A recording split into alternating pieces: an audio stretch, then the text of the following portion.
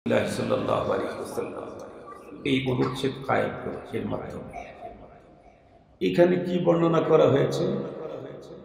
নবী আলাইহিস সালামের উপরে ওহী আসার সূচনা কিভাবে ছিল, কিভাবে নবীজির কাছে ওহী আসতো, এই কথার এই পরিচ্ছেদ দিয়ে, এই বর্ণনা দিয়ে ওনার বুখারী শরীফ শুরু করেছেন। এখানে মাত্র দুইটা কথা আমি বলবো। এক নম্বর প্রশ্ন হলো, হুজুর আমরা তো সারা জীবন শুনেছি বুখারী শরীফ তো হাদিসের কিতাব, হাদিসের কিতাব শুরু করতে ইমাম বুখারী রাহমাতুল্লাহি আলাইহি ওহী বর্ণনা দিয়ে শুরু করলেন কেন? আমরা যতটুকু জানি ওহী তো আল্লাহর কোরআন, তো হাদিসের কিতাব শুরু করতে ওহী বর্ণনা নিয়ে আসলেন কেন? এই একটা কথা। দ্বিতীয় নাম্বার কথা হলো, ইলমে ওহী মানুষের জীবনে কতটুকু প্রয়োজন? এই ইলম ছাড়া কি মানুষ ইহকাল পরকালে চলতে পারবে না? এই দুইটা ছোট কথা আপনাদেরকে আমি আজকে বুঝাবো ইনশাআল্লাহ। প্রথম নাম্বার কথা হলো, ইমামে বুখারী রাহমাতুল্লাহি আলাইহি হাদিসের কিতাব লিখতে গিয়ে ওহী বর্ণনা দিয়ে তার কিতাব লেখা শুরু করলেন কেন? একদম শর্ট সংক্ষেপে বলি, ওহী হলো আল্লাহ পাকের পক্ষ থেকে নবী এবং রাসূলদের উপরে প্রেরিত বার্তা। কার পক্ষ থেকে? আল্লাহ পাকের পক্ষ থেকে। কার কাছে? নবী এবং রাসূলগণের কাছে। তার মানে অন্য কারো কাছে যদি কখনো কোনো বার্তা এসে থাকে, সেটাকে শরীয়তের ভাষায় ওহী বলেন। তো আল্লাহ পাক রব্বুল আলামিন তার পক্ষ থেকে নবী এবং রাসূলদের প্রতি প্রেরিত মেসেজ, এটাকে ওহী বলা হয়। এটা হলো দুই প্রকার। কখনো কখনো আল্লাহ পাক তার মেসেজ তার নবী এবং রাসূলদেরকে দিয়েছেন শব্দ এবং মর্ম উভয়টা তার পক্ষ থেকে। যে মেসেজটা দিয়েছেন, এই মেসেজের শব্দগুলাও আল্লাহ, মর্মগুলাও আল্লাহ। এই এক প্রকারের মেসেজ, এক প্রকারের ওহী। আর এক প্রকারের ওহী হলো যে আল্লাহ পাক মর্মটা তার পক্ষ থেকে নির্ধারণ করে নিয়েছেন, বাট শব্দগুলি আল্লাহ পাক নিজে না দিয়ে তার রাসূলকে বলেছেন শব্দ আপনি লাগায়। খুব সহজে বুঝবেন, যেহেতু 30 মিনিটের আলোচনা, লম্বা টাইম না। তাহলে শব্দ এবং মর্ম উভয়টা আল্লাহ পাকের পক্ষ থেকে, এটা ওহী। মর্ম আল্লাহ পাকের পক্ষ থেকে, শব্দ রাসূল করিম সাল্লাল্লাহু আলাইহি ওয়াসাল্লামের পক্ষ থেকে, এটা ওহী। প্রথমটাকে বলা হয় আরবিতে ওহী মুতলা, দ্বিতীয়টাকে বলা হয় আরবিতে ওহী গায়রে মুতলা। শব্দ এবং মর্ম উভয়টা আল্লাহ পাকের পক্ষ থেকে, এটা হলো কোরআন। আর মর্ম আল্লাহ পাকের পক্ষ, এটার নাম হলো হাদিস। এটা যে ওহী, এ ব্যাপারে স্বয়ং আল্লাহ পাকের বক্তব্য আছে। আল্লাহ তাআলা নিজেই বলেন, মা ইয়ানতিকু আনিল হাওয়া ইন হুয়া ইল্লা ওয়াহয়ুন ইউহা। আমার রাসূল ধর্মের ব্যাপারে তার নিজের পক্ষ থেকে কিছুই বলেন নাই, উনি যা বলেছেন সবগুলি ওহী, সবগুলি ওহী। বাট হাদিসের মর্ম আল্লাহ পাকের পক্ষ থেকে প্রেরিত, শব্দগুলি মহানবীজির নির্বাচিত। আর কোরআনের শব্দ আর মর্ম উভয়টা আল্লাহ। খুব ভালো করে বুঝবেন। তাহলে কোরআন দুইটা জিনিসের সমন্বয়। আল কোরআন ইসমুল লিন-নাযমি ওয়াল মা'না জামিআ। শব্দ এবং মর্ম উভয়টা মিলেই হলো কোরআন। যে কোনো একটা কমপ্লিট কোরআন না, যে কোনো একটা কমপ্লিট কোরআন না, তো একটাকে বাদ দিয়ে আর একটাকেও কোরআন বলার সুযোগ নাই। বর্তমান সময়ে যে ফিতনাগুলি দুনিয়াতে মুসলমানদের ঈমানকে অতি সূক্ষ্মে নষ্ট করতেছে, তার মধ্যে একটা হলো ইদানিংকালে একটা গ্রুপ বের হয়েছে, তারাও মুসলিম, তারাও আমাদের মতোই। তাদের দাবি হলো কোরআনুল কারীমের মর্মটাই মূল, শব্দটা মূল না। মর্মটাই মূল, শব্দটা মূল না। এ কারণে ইদানিং কিছু কোরআনের কারীমের তর্জমা, ইংরেজি ট্রান্সলেশন, ইংরেজি ব্যাখ্যা অথবা অন্য কোনো ভাষায় শুধুই কোরআনুল কারীমের শব্দের তর্জমা লিখে ওর উপরে লেখা আছে দিহানি কোরআন। কি লেখা আছে? দিহানি কোরআন। ওটার ভিতরে টোটালটার মধ্যে কোরআন শরীফের দুইটা আয়াতও লেখা নেই। কেন? তাদের থিওরি হলো কোরআনের মর্মটাই হলো মূল, শব্দটা মূল না। আমি আপনাদেরকে জিজ্ঞাসা করতে চাই, অত বড় আলিম, অত বড় ইসলামিক স্কলার হওয়া দরকার নেই, সহজেই বলেন তো দেখি, আমার এই কাপড়ে রং লাগাইতে চাইলে আগে সুতা থাকতে হবে। কথা বলেন না কেন? সুতা যদি না থাকে হাওয়ার উপরে রং হয় নাকি? মর্ম যদি মূল হয়, শব্দটা যদি মূল না হয়, তাহলে জিজ্ঞাসা করতে চাই মর্মটা পাইল কোথায়? শব্দ বাদ দিলে মর্ম পাবে কোথায়? কার মর্মটা কার? দ্বিতীয় নম্বর কথা হলো, আমি প্রথমেই যেই আজকে খুতবার পরে দুইখানা আয়াতে কারিমা তেলাওয়াত করেছি, ইকরা বিসমি রাব্বিকাল্লাযী খালাক, খালাকাল ইনসানা মিন আলাক। বলুন তো দেখি, সমস্ত মুহাদ্দিসিনদের, অধিকাংশদের, মুফাসসিরিনদের অভিমত হলো কোরআনে পাকের এই অংশটুকু সর্বপ্রথম নাজিল হয়েছে। আমি জিজ্ঞেস করতে চাই, পড়ো, এই কথাটা নাজিল হয়েছে না ইকরা নাজিল হয়েছে? রিড এটা নাজিল হয়েছে না ইকরা নাজিল হয়েছে? তো প্রথমেই তো এসেছে ইকরা। ইকরার ভিতরে পড়োটাও আছে, শব্দ এবং মর্ম উভয়টা মিলে হলো কোরআন। এখন ইকরাকে যদি মূল না ধরে পড়োটাকেই যদি মূল ধরা হয়, তাহলে এটা চূড়ান্ত বড় ধরনের পাগলামি ছাড়া আর কিছুই না। দুই নম্বর কথা হলো, দুইটা জিনিস খুব ভালো করে বুঝবেন। আমার এই হাতটা কমপ্লিট হওয়ার জন্য কয়টা আঙ্গুল? 5টা আঙ্গুল। এখান থেকে যদি একটা বাদ পড়ে তাহলে হাতটা কি কমপ্লিট হলো? না। একটারও মর্যাদা আছে না নাই? কোনোটাই নাই, একটা আছে, তার মানে কি হাতই নাই? একটা থাকলেও কিছুটা আছে, এর কিছু কাজও আছে, এর ফায়দাও আছে।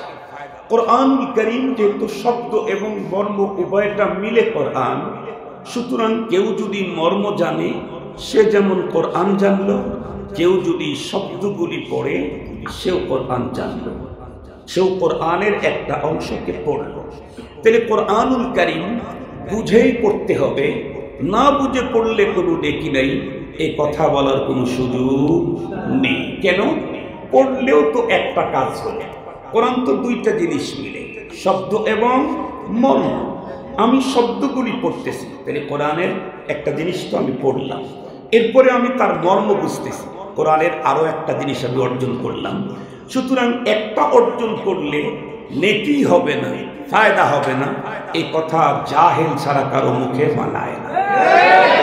মুহতারাম হাজির, আমার মূল কথা আপনাদেরকে নিয়ে যেতে চাই।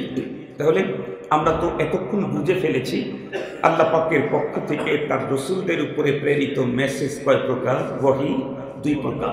শব্দ মর্ম উভয়টা আল্লাহ, তার নাম কোরআন। শব্দ আল্লাহ রসুলুল্লাহ, মর্ম আল্লাহ পাকের পক্ষ থেকে, এটার নাম হাদিস। তাহলে এ পর্যন্ত আলোচনায় প্রমাণিত হলো হাদিসও আল্লাহর ওহী। হাদিসও কি? আল্লাহ পাকের ওহী। যেহেতু বুখারী শরীফ হাদিসের কিতাবের ভিতরে সবচেয়ে বিশুদ্ধতম কিতাব, তাহলে এটা তো অবশ্যই ওহী। এ কারণেই ইমামে বুখারী রাহমাতুল্লাহি আলাইহি তার কিতাব শুরু করতে ওহী কিভাবে নাজিল হতো এর বর্ণনা দিয়েই শুরু করেছেন। এখন আসেন, ইলমে ওহীর কি প্রয়োজন? এই জ্ঞান বিজ্ঞান ছাড়া কি দুনিয়াতে মানুষ চলতে পারবে না? এহকাল পরকাল, এ বিষয়টা আপনাদের সংক্ষেপে বোঝাবার জন্য বলতে চাই। এই পৃথিবীতে আল্লাহ পাক যত কিছু সৃষ্টি করেছেন সবগুলি মানবের কল্যাণে তৈরি করেছেন, এটা আল্লাহ পাকের ঘোষণা আছে। আল্লাহ তাআলা বলেন, হুয়াল্লাযী খালাকা লাকুম মা ফিল আরদি জামিআ। তিনি ওই সত্তা যিনি তোমাদের কল্যাণে পৃথিবীর সবকিছুকেই তৈরি করেছেন। এই পৃথিবীতে আমরা যা দেখি না দেখি, জানি আর না জানি, বুঝি আর না বুঝি, সবগুলি মানব কল্যাণে সৃজিত। মুফাসসিরিনে কেরাম এই আয়াতের ব্যাখ্যায় লিখেছেন, যেই বস্তু এখন অথবা তখন, ডাইরেক্ট অথবা ইনডাইরেক্ট, বিল ওয়াসিতা অথবা বেলা ওয়াসিতা, মানব কল্যাণে সক্ষম না, এই জাতীয় কোনো সৃষ্টিকে, এই জাতীয় কোনো বস্তুকে আল্লাহ তাআলা মখলুকের মর্যাদাই দেন নাই, মানে তৈরি করেন নাই। এই পৃথিবীতে তৈরি হয়েছে কেবলমাত্র ওই জিনিস যেগুলি কোনো না কোনোভাবে মানব কল্যাণে সক্ষম। এবারে আসুন, সবকিছুই আমাদের কল্যাণে, তার ভিতরে কিছু জিনিস তো এত বেশি কল্যাণ যা ছাড়া আমি চলতেই পারবো না। যেমন পানি মানব কল্যাণে, পানির আর এক নাম যেন কি? জীবন। পানি আমাদের জীবনে এত বেশি দরকার যে পানির অপর নাম জীবন। কিন্তু পানি আমার জীবনে এত বেশি প্রয়োজনীয় বস্তু হলেও পানি কি সবসময় মানুষের জন্য জীবন, না কখনো কখনো মরণ? কথা বলেন না কেন? কখনো কখনো পানি মানুষের মরণ। এই পৃথিবীর কত মানুষ পানিতে ডুবে মরে গেল। তাহলে পানি মানুষের জীবন সব সময় না, পানি মানুষের প্রয়োজন কল্যাণকারী উপকারী সব সময় না। আগুন মানুষের জীবনে প্রয়োজন আছে না নাই? আছে। আগুন বাইরেও দরকার, ভিতরেও দরকার। আগুন হিট, এটা ভিতরেও দরকার, বাইরেও দরকার। বাইরে যদি টোটাল আগুন বন্ধ হয় তাহলে কোনো খাবার পাকিয়ে খাওয়ার সুযোগ নেই। ভিতরের আগুনটা যদি একদম ঠান্ডা হয়ে যায় তখনও মানুষটাকে বাঁচাবার কোনো সুযোগ নেই। তাহলে আগুন ও পানির চাইতে আমাদের জীবনে কম প্রয়োজনীয় জিনিস না। তাই বলে আগুন কি সবসময় মানুষের জন্য জীবনের কল্যাণকর? কথা বলেন না কেন? ঢাকা শহরের কত জায়গায় বাসাতে আগুন লেগে কত মানুষের আগুন মরণ হয়ে গেছে এখন তাতে। কি বোঝা গেল? পৃথিবীর সবকিছু আমাদের কল্যাণে তৈরি হলেও সবসময় সব জিনিস সব মানুষের জন্য কল্যাণকর থাকে না। আর একটা মিসাল দিলে আরো ভালো বুঝবেন। আমাদের দেশে যত ভিটামিন তৈরি করছে কেমিস্ট্রি যারা, তারা এই কোনো ভিটামিন কি মানুষের শরীর স্বাস্থ্য নষ্ট করার জন্য তৈরি করেছে? না। ভিটামিন তৈরি হয়েছে মানুষের শক্তি, শরীরে শক্তি সঞ্চার করার জন্য। তো ভিটামিন মানুষের জন্য মুফিদ। কিন্তু যেই লোকের পেটে আছে প্রচুর আম এবং কি পাতলা পায়খানা শুরু হয়ে গেছে, এই লোকটা যদি ভিটামিন খায় তখন তার জন্য কি পরিমাণে উপকারী? আপনারা বুঝেন তো কথা? কারো যদি আমাশা থাকে আর যদি পাতলা পায়খানা শুরু হয়, এই লোকটা যদি ভিটামিন খায় কি পরিমাণে উপকারী? এই ভিটামিন খাইলে অল্পক্ষণের ভিতরে কবরস্থানে যেতে হবে। তাহলে ভিটামিন সবসময় মানুষের জন্য উপকারী থাকে না। ভিটামিন মানেই তো উপকারের জন্য তৈরি করা হয়েছে। ঠিক তদ্রূপ এই পৃথিবীর সবকিছু আমাদের কল্যাণে তৈরি হলেও সবসময় সব জিনিস সবার ক্ষেত্রে উপকারী কল্যাণকর নয়। কখন কোন জিনিস আমার জন্য কল্যাণকর, কখন কোন জিনিস আমার জন্য অকল্যাণকর, এটা যদি আমি না বুঝি তাহলে আমি অকল্যাণের ভিতরে ঢুকে গিয়ে আমার লাইফ, আমার জীবন, আমার সুখ, আমার সমৃদ্ধি, আমার আনন্দ সবগুলি ম্লান হয়ে যাবে। এই জন্য আল্লাহ পাক পৃথিবীর মানুষকে কোনটা তার জন্য মঙ্গল আর কোনটা অমঙ্গল এটা নির্ণয় করার জন্য তিনটা জিনিস দান করেছেন। সুবহানাল্লাহ। কোনটা আমার জন্য মঙ্গল, কোনটা আমার জন্য অমঙ্গল এটা নির্ণয় করার জন্য সমস্ত মানুষদের জন্য আল্লাহ তাআলা তিনটা জিনিস দিয়েছেন। এক নম্বরে হলো পঞ্চ ইন্দ্রিয় শক্তি, হাওয়াসে খামসায়ে জাহেরা, চোখ, নাক, মুখ, কান, বডি। এগুলি দিয়ে মানুষ ভালো আর মন্দ যাচাই করতে পারে। আমি আপনাদেরকে বোঝাবার জন্য সহজে বলি। আমার একবার প্রোগ্রাম ছিল 2 বছর আগে, কক্সবাজারের কলঘর নামে একটা জায়গা আছে, ওইখানে সম্মেলন হয় 2 দিন। তো আমি 2 দিনই সম্ভবত ওখানে আমার বয়ান। মাঝের দিন চাকমারকুল মাদ্রাসায়, অনেক পুরাতন মাদ্রাসা, ওখানে বসে আছি। মৌসুম ছাড়া তারা আমার জন্য যে নাস্তা নিয়ে আসছে তার ভিতরে বাঙ্গি নিয়ে আসছে। বাঙ্গি, তখন বাঙ্গি পাওয়া যায় না যত্রতত্র। তো বাঙ্গি পেয়ে আমি বাঙ্গিটা খাচ্ছি, মুখে দিয়ে দেখি অনেক বেশি মজা। তো আমি অনেকগুলি খাইলাম এবং বললাম বাঙ্গিটা অনেক মজা। এ কথা বলতেই ছেলেরা করছে কি, অবশিষ্ট যেটা রেখে দিয়েছি ওরা খুব ভালো করে ঢেকে রেখে দিয়েছে। এরপরে লম্বা টাইম পাস হয়েছে, আমি চলে গেছি মাহফিলে, বয়ান করেছি। রাত্রি 1টার দিকে আবার মাদ্রাসায় চলে আসছি, আবারও নাস্তা দিয়েছি, তো তার ভিতরে বাঙ্গিটাও দিয়েছে। আমি মনে মনে খুব খুশি যে বাঙ্গিটা বড় মজা, আবার পেলাম। তো পরবর্তীতে বাঙ্গি যখন কাটা চামিচ দিয়ে উঠায়া মুখে দেব তার আগেই আল্লাহ পাক আমাকে আমার মঙ্গল আর অমঙ্গলকে বুঝাবার জন্য, এটাকে পার্থক্য করার জন্য যেই বস্তুগুলি দিয়েছেন তার ভিতর একটা হলো নাক। আমি মুখের কাছে নেওয়ার আগেই আমার নাক আমাকে ইনফরমেশন করল, হুজুর এই বাঙ্গিটা এখন মুখে দিয়ে না, তার মানে নষ্ট হয়ে গেছে, গন্ধ হয়ে গেছে। এই নাক আমাকে ইনফরমেশন করল, এটা যদি আপনি এখন খান আপনার জন্য অপকারী হবে। আগে উপকারী ছিল, এখন অপকারী। আমি চোখ দিয়ে কিন্তু বুঝি নাই, হাত দিয়েও বুঝি নাই। কেন? এইখানে আমার জন্য উপকারী না অপকারী এ বিষয়ে আমাকে ইনফরমেশন দিবে হলো আমার নাক। এই যোগ্যতা আল্লাহ তাআলা নাককে দিয়েছে। তাহলে নাক আমাকে অনেক ক্ষেত্রে কোন জিনিস কোন সময় আমার জন্য উপকারী অপকারী এ ব্যাপারে আমাকে ইনফরমেশন করে। এখন কারো যদি চূড়ান্ত সর্দি লেগে থাকে, সেই লোকটা ওইটা খেতে গেলে নিঃসন্দেহে সে মুসিবত সমস্যার মধ্যে পড়ে যাবে। নাক একটা খুব প্রয়োজনীয় জিনিস। আমার নাক কান ভালো আছে, মুখ ভালো আছে, স্কিন ভালো আছে, কিন্তু কারো চোখ নাই, অন্ধ। নাক সব জায়গায় আমাকে ভালো মন্দের ডিরেকশন দিতে পারে না। কোনো কোনো জায়গায় আমাকে এই ভালো আর মন্দের ইনফরমেশন করার জন্য চোখ লাগে। যেমন একজন অন্ধ মানুষ এই পাশের রাস্তা দিয়ে প্রতিদিন যায়, আজকে সকালেও গিয়েছে, দুপুরে হঠাৎ করে কোনো কাজের কারণে মাঝখানে গর্ত করে ফেলেছে। ওই লোকের নাক ভালো আছে, এখন ওই লোক তো স্বাভাবিক গতিতে আসতেই থাকবে, আসতে থাকলে সে এখন গর্তের ভিতরে পড়বে কিনা? এখানে যে গর্ত আছে, এই রাস্তায় পথ চলতে গেলে তার ক্ষতি হবে, এই ব্যাপারে নাক কাউকে ইনফরমেশন দিতে পারে না। এ ব্যাপারে ইনফরমেশন দিবে কে? চোখ লাগবে। তাহলে চোখও একটা পর্যায়ে আমার মঙ্গল আর অমঙ্গলের দিক নির্দেশনা দেয়, আমাকে ইনফরমেশন করে। চোখের কাজের একটা এরিয়া আছে, নাকের কাজের একটা এরিয়া আছে, জিহ্বার কাজের একটা এরিয়া আছে, কানের কাজের একটা এরিয়া আছে, স্কিনের কাজের একটা এরিয়া আছে। স্কিনও আমাকে ভালো মন্দের ইনফরমেশন করতে পারে। এই সবগুলি যেখানে গিয়ে আমাকে ভালো মন্দের ইনফরমেশন করতে পারে না, সেই জায়গায় কোনটা ভালো কোনটা মন্দ এটা আমি কেমনে বুঝবো? আল্লাহ পাক তখন আমাদের প্রত্যেককে দ্বিতীয় নাম্বারে আরো একটা গুরুত্বপূর্ণ জিনিস দান করেছেন, সেটা হলো আকল, সেটা হলো মেধা।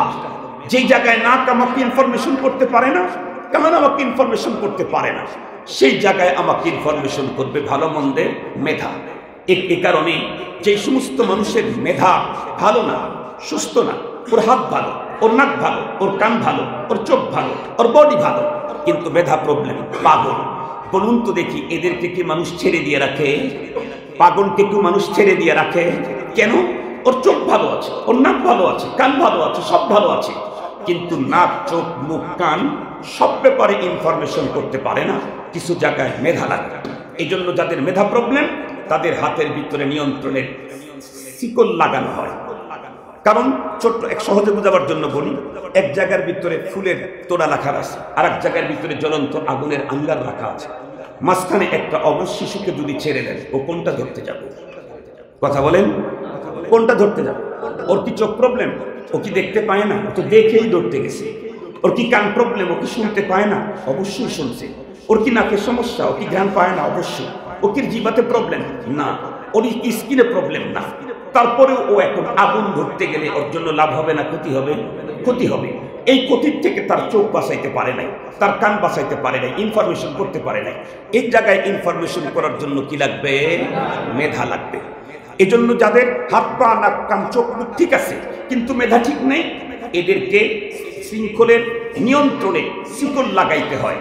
না হলে যে কোনো মুহূর্তে আগুনে পড়তে পারে, পানিতে পড়তে পারে, গাড়ির নিচে অ্যাক্সিডেন্ট হয়ে জীবন চলে যেতে পারে।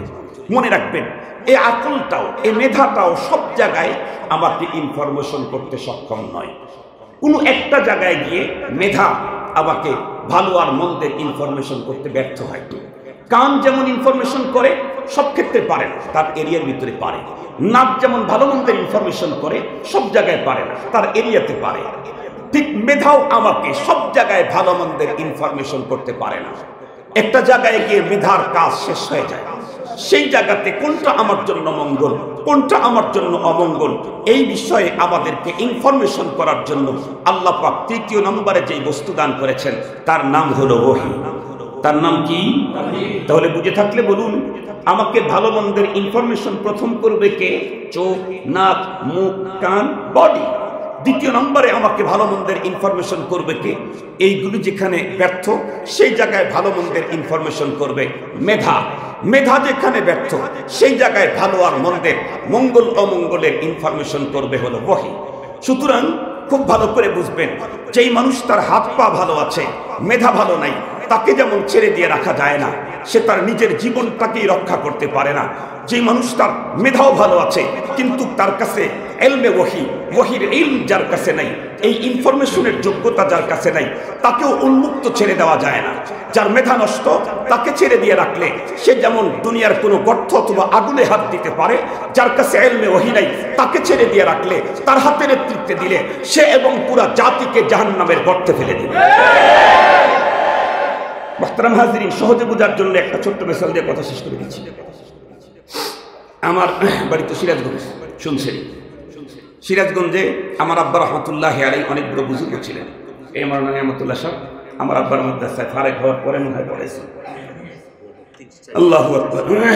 তো পরবর্তীতে যে মাদ্রাসাটা আব্বা করলেন আমরাও সেখানে এখনো আছি। আমাদের সিরাজগঞ্জের জেলার সচিব ছিলেন এক ভদ্রলোক, উনি একটু ইংরেজি শিক্ষিত মানুষ, তার 4 ছেলে 4টাকে মাদ্রাসায় পড়তে দিয়েছেন। উনি আমাদের মাদ্রাসায় শুরু লগ্নে গেলেন, যাওয়ার পরে কিছু লোক নিয়ে দাওয়াতে তবলিগের বড় মজবুত সাথী তো বয়ান করলেন। উনি বয়ান একটা কারগুজারি শুনেছিলেন, সেটা আবার আমার বয়ানে খুব সহযোগিতা করেন। উনি বলেন যে আমার বাসাতে একদিন সরকারি একজন বড় কর্মকর্তা আসার পরে আমাকে জিজ্ঞেস করছে, স্যার আপনার ছেলে মেয়ে কয়টা? আমি বলছি 4টা ছেলে। ছেলেরা কি করে? সব মাদ্রাসা পড়ে। উনি বলেন যে আমি বললাম সব মাদ্রাসায় পড়ে। এই কথা শুনতেই সরকারি ওই কর্মকর্তা আমার দিকে তাকায় বলে, স্যার আপনার মতো একজন এত বড় শিক্ষিত মানুষ এত বড় ভুল করলেন কি? সবগুলো ছেলেকে মাদ্রাসায় দিলেন? ভুল করি নাই তো। না না স্যার, জানাজা পড়ার জন্য তো, জানাজার নামাজ পড়ানোর জন্য তো একজনই যথেষ্ট। ছেলেকে আলেম বানাইতে হবে, জানাজা পড়বে ফায়দা হবে, তো একজনই যথেষ্ট। 10টা থাকলেও তো 10 জন জানাজা করতে পারবে, একজনই তো যথেষ্ট। আপনার এত সুন্দর সুন্দর ছেলে 4টাকে মাদ্রাসায় দিলেন। উনি বলেন আমি ওনাকে কি বুঝাবো, আমি তো বুঝেছি যে ওনার মাথার মধ্যে এই ফাংশনই নাই। ওনার মাথার মধ্যে ফাংশনটাই এই অ্যাপসই নাই, নতুন অ্যাপস ঢুকাইতে হবে। ঠিক বললাম না? ঠিক বললাম। তো উনি বলেন আমি এটা কি দিয়ে বুঝাবো? আমি তো বুঝলাম তার মাথার মেমোরির ভিতরে এই অ্যাপস নাই। তো পরে আমি বললাম যে আপনার ছেলে কয়টা? তো সে বলেন আমার ছেলে একটা। কি করে? স্যার এত গত বছর বিদেশে পাঠাইলাম। আমাকে জিজ্ঞেস করে, স্যার আপনার ছেলেরা মাসে কয় টাকা ব্যয় করে? 1500-2000। 1500-2000 টাকা ব্যয় করে? তোরা তো ইনকাম করবে 10,000-12,000। আমার একটা ছেলে দেশের শিক্ষা যোগ্যতা অর্জন করার পরে এখন বাইরে পাঠাইছি অতিরিক্ত বড় বড় ডিগ্রি আনার জন্য, মাসে 50,000 টাকা ব্যয় করে। আমার এক ছেলে যখন পাশ করে আসবে ও মাসে 4 থেকে 5 লাখ টাকা ইনকাম করবে। উনি অনেক কিছু ফাজাইল বললেন আর কি তার ছেলে। উনি শুধু একটা কথা জিজ্ঞেস করছেন, আপনার ছেলে যখন বিদেশ থেকে 2-1 বছর পরে আসে কখনো আপনার মাথায় হাত দিয়ে কখনো তেল দেয়? বলে না। পায়ে কখনো তেল লাগায় দেয়? বলে না। আপনার কাপড় চুপড় কখনো পরিষ্কার করে? বলে না। আপনি কি জানেন আমার 4 ছেলে মাদ্রাসা থেকে যখন আসে আমার কাপড় চুপড় তারা পরিষ্কার করে, ওর আম্মার কাপড় পরিষ্কার করে দেয়, ইস্ত্রি করে রাখে, মাথায় তেল লাগায়, আমাদের পায়ে তেল লাগায় দেয়। এই কথা শুনতে ভদ্রলোক বলে, স্যার আপনি এটা কি বললেন? কাজ করার জন্য তো কাজের বুয়াই আছে, কাজের ছেলেই আছে। উনি বলেন আমি তখন বুঝলাম যে এই লোক তো সারা জীবন 2 নাম্বার খেয়েছে, 1 নাম্বার খায় নাই, 2 নাম্বারের মজা বুঝে। নিজের ছেলে মাথায় হাত দিলে কি মজা, আর কাজের বুয়া মাথায় হাত দিলে কি সাজা, এটা এখন না বুঝে আসলেও মরণের পরে বুঝে আসবে। এখন যদি নাও দিয়ে আসে মরণের পরে আমি 100 বুঝে আসবে। তো পরে উনি বলেন আমি ওনারা কি বলবো? পরে আমি শুধু এতটুকুন বললাম যে ঠিক আছে ভাই, আমি লস করছি, আমি ভুল করছি না, আপনি ভুল করছেন, একসময় আপনি বুঝতে পারবেন। এই কথা শেষ হয়ে গেছে। ভদ্রলোক বলেন 10-12 বছর পর ওই লোক একদিন আমার বাসায় আসে। 10-12 বছর পরে এসে অন্য জায়গায় কি হয়ে গেছে, বদলি হয়ে গেছে। এসে কি ডুকরে কান্না, তার কান্না বন্ধ করা যায়। পরে আমি যখন জিজ্ঞেস করলাম ভাই কি হয়েছে বলেন, উনি বলতেই চায় না, খালি কাঁদতেছেন। আমি অনেক কিছু বুঝা পাওয়ার পরে উনি একটু শান্ত হলেন। তা আমি বললাম ভাই কি হয়েছে বলেন। ওই যে আপনি বলেছিলেন স্যার, আপনাকে বলেছিলাম আপনি 4টা ছেলে 4টাই মাদ্রাসায় কেন দিলেন, আপনি তো লস করেছেন, আপনি ভুল করেছেন। আপনি বলেছিলেন আমি ভুল করেছি না, আপনি ভুল করেছেন, আপনি বুঝতে পারবেন, সময় উত্তর দেবে। আজকে সেই উত্তর পেয়ে গেছি স্যার, তবে উত্তর পাওয়ার আগে যদি ইয়া লাইতানি কুনতু নাসিয়াম মানসিয়া, এই উত্তর পাওয়ার আগে যদি আমার মরণ হতো সেটাই আমার জন্য ভালো ছিল। এই কথা শুনে উনি বলেন আমিও অবাক হয়ে গেলাম, কি উত্তর হয়েছে, কি হয়েছে বলেন। সে তখন আবারও বুকলে কেঁদে ওঠে। এক পর্যায়ে শান্ত করার পরে সে উত্তর করলেন আমার ছেলে তো 6 মাস আগে বাহির থেকে ডিগ্রি কমপ্লিট করে আসছে এবং 3-4 মাস আগে ও চাকরিতে ঢুকেছে, 3.5 লাখ টাকা মান্থলি তার বেতন। আমি ছেলেকে 2-3 দিন আগে বললাম বাবা এখন তো তোমার শিক্ষানবিষ্কাল শেষ, কর্মজীবনে ইন করেছো, এখন ফ্যামিলি জীবনে ঢোকা দরকার। তো তুমি যেহেতু আমাদের চাইতে অনেক বড় শিক্ষিত, তোমার জন্য কোনো মেয়ে আমরা নিজেরা দেখতে চাই না, তুমি যেহেতু অনেক জ্ঞানী তুমি নিজেই দেখে ঠিকঠাক করো, আমরা শরীয়তের পদ্ধতি মতে আমরা বিয়ে করে নেব। ছেলে তখন এই কথা বলে লম্বা একটা নিঃশ্বাস ছেড়ে বলে হ্যাঁ আব্বু, আপনার পক্ষ থেকে এই জাতীয় একটা কথার অপেক্ষাতেই ছিলাম, আজকে অনেকদিন পরে হলো আপনি বলেছেন, আপনাকে আন্তরিক ধন্যবাদ। আব্বা কথা তো বলতে চাই, কিন্তু আপনাদেরকে তো দেখে আবার একটু ভয়ও পাই। কিসের ভয় বাবা? কয় না, অন্য কোনো ভয় না, তো আপনারা তো আবার ধর্মান্ধ, এই জন্য আপনাদের সাথে কথা বলতে ভয় লাগে। উনি বলেন, ওই সচিব মহোদয়কে ওই ভদ্রলোক বলেন, আমার ছেলে যখন আমাকে ধর্মান্ধ বলে বকা দিল, তখনই আমার অন্তরে আগুন লেগে গেল। আমি তখন খুব চিল্লায় বললাম, কি বললে তুমি? আমাকে ধর্মান্ধ বলে বকা দিলে? আমার অধীনে হাজার হাজার শিক্ষিত লোকেরা চাকরি করে, আর তুমি আমাকে ধর্মান্ধ বলে বকা দিলে? এই কথা বলতেই ছেলে আমাকে বলল, ধর্মান্ধ যদি না হয়ে থাকেন তাহলে তো আপনার সাথে কথা বলতে আমার কোনো সমস্যা নেই। উনি বলেন, আমি বললাম, তুমি কি বলতে চাও বলো? বলে না, অন্য কিছু তো না।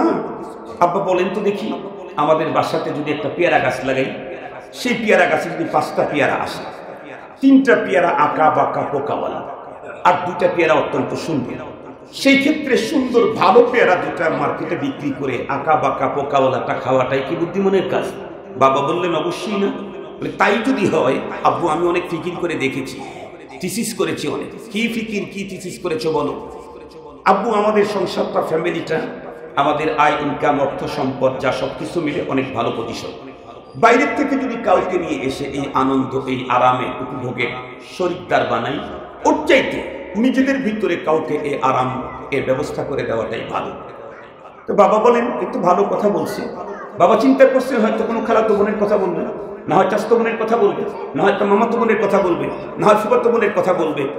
তো বাবা তখন মুস্কি হেসে বলছেন, বাবা তুমি যে ভাবনাটা ভেবেছো এটা তো অনেক ভালো, নিজেদের ভিতরে আত্মীয়তা করাটাই ভালো, জানাশোনা বেশি থাকে, বর্তমান সময়ে অনেক ঝামেলাও। তো বাবা তখন জিজ্ঞেস করে, তুমি কাকে চয়েস করেছো বলো দেখি? ছেলে তখন এমন একটা উত্তর দিল, যেই উত্তর শোনার পরে আমার মনে হলো, এই উত্তর শোনার আগে যদি আমার মরণ হতো। কি?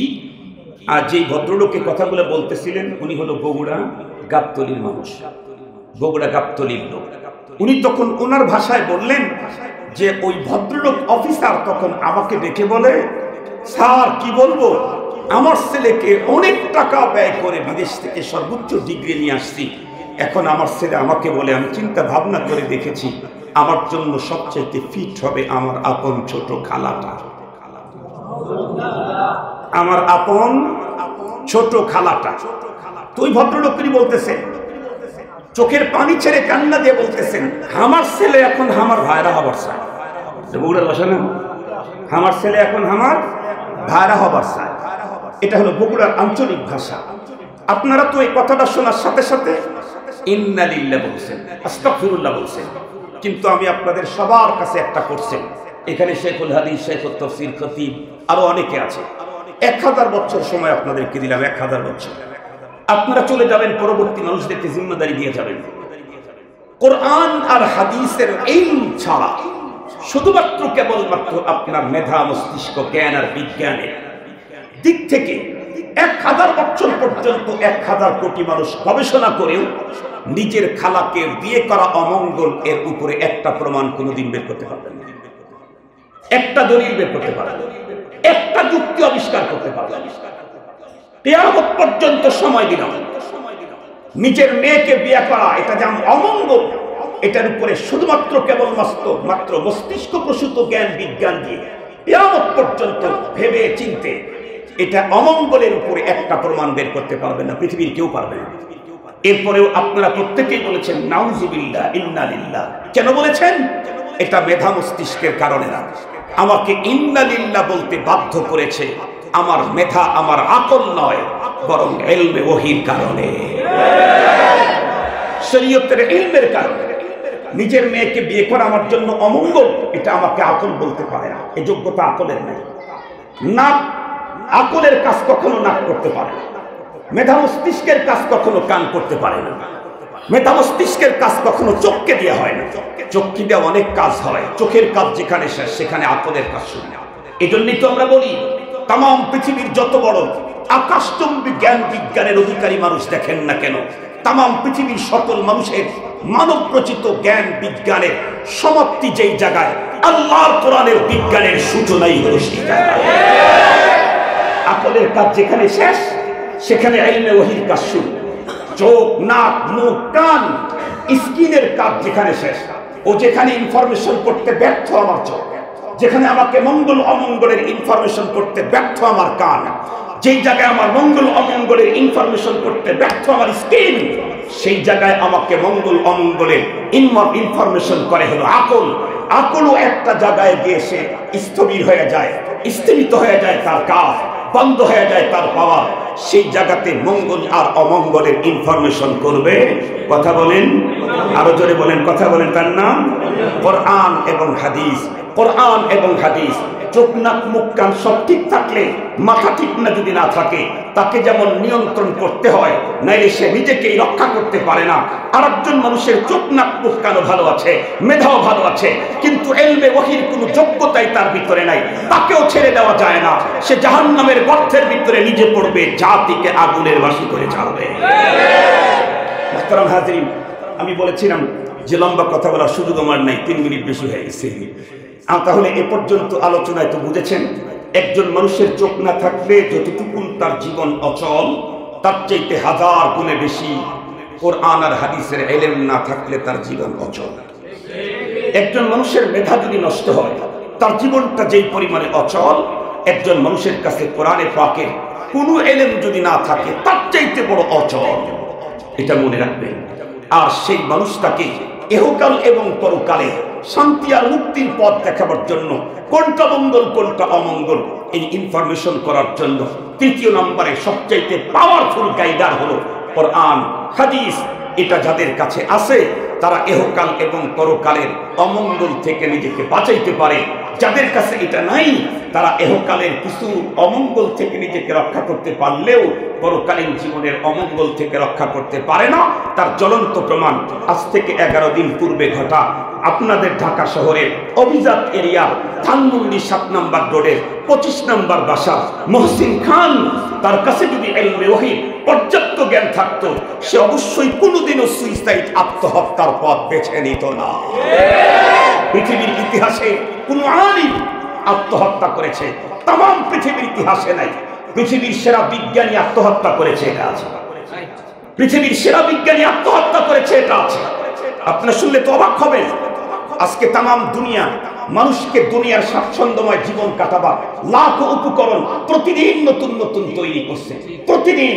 কিন্তু জরিপ নিয়ে দেখেন তো দেখি, এই পৃথিবীর সবচাইতে মানুষের বাহ্যিক এই ক্ষণস্থায়ী জীবনে সমৃদ্ধি যাপনের জন্য সবচাইতে বেশি উপকরণ যে দেশে আবিষ্কার হয়েছে, ওই দেশের মানুষ পৃথিবীর মধ্যে সবচাইতে বেশি আত্মহত্যা করে।